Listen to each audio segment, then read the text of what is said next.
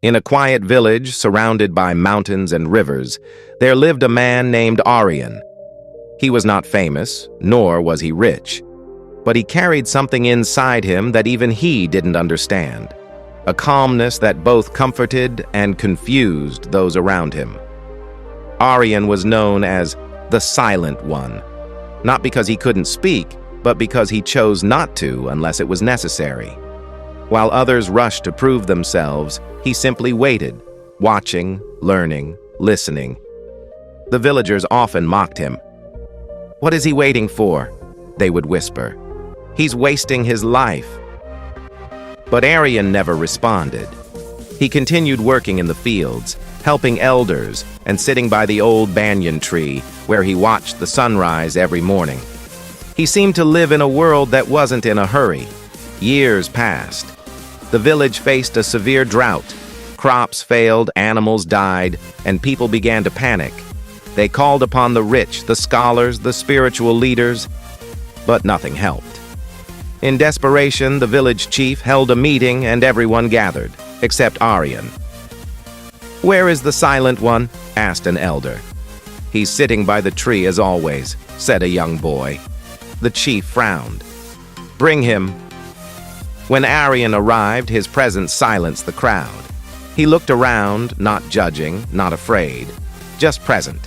The chief asked, "You've lived among us quietly for years. Do you have any wisdom for us now?" Aaryan smiled faintly. "Yes. Wait."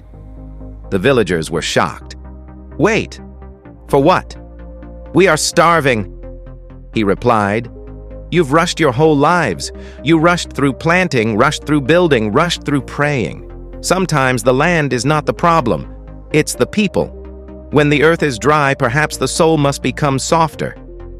No one understood, but they were too tired to argue.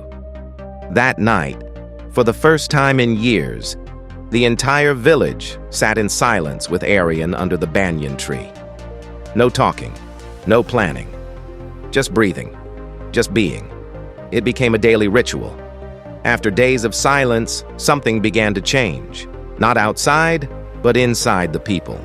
Arguments lessened, patience grew, a sense of peace returned. And then, on the 21st day, clouds gathered over the mountains. Rain poured, not a drizzle, a storm that soaked the dry earth and brought life back.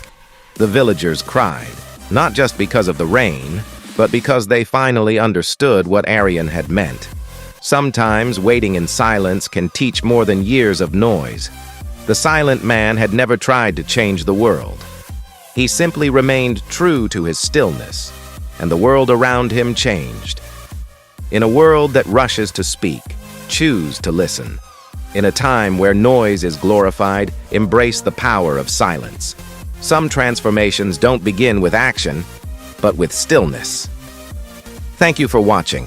Please like, share, comment, and subscribe.